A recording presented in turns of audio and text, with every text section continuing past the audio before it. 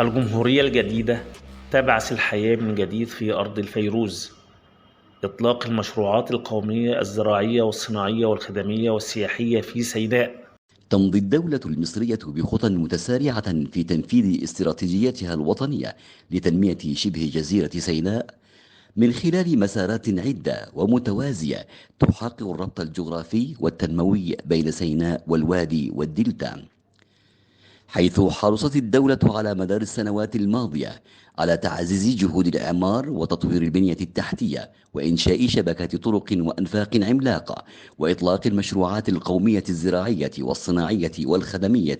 والسياحية التي تستفيد من المقومات الطبيعية والتاريخية لسيناء ومدن القناة، وذلك لتحسين حياة أهلها وسكانها والارتقاء بالمستوى المعيشي لهم وتعزيز الاستثمار في العنصر البشري بما يضمن إدماج مختلف فئات المجتمع في عملية التنمية، بجانب العمل على توفير كافة سبل الدعم والتيسير لتحفيز مناخ الاستثمار وتوفير بيئة أعمال فعالة وتنافسية تصبح بها سيناء أحد الروافد الداعمة للاقتصاد الوطني، وذلك بعد أن تمكنت الدولة المصرية من إرساء وتثبيت دعائم الأمن والاستقرار بها عقب سنوات من التضحيات والتحديات في سبيل استئصال جذور الإرهاب،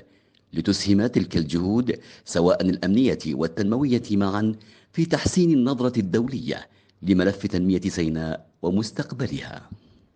شكرا للمشاهدة. إعداد فيصل مصطفى.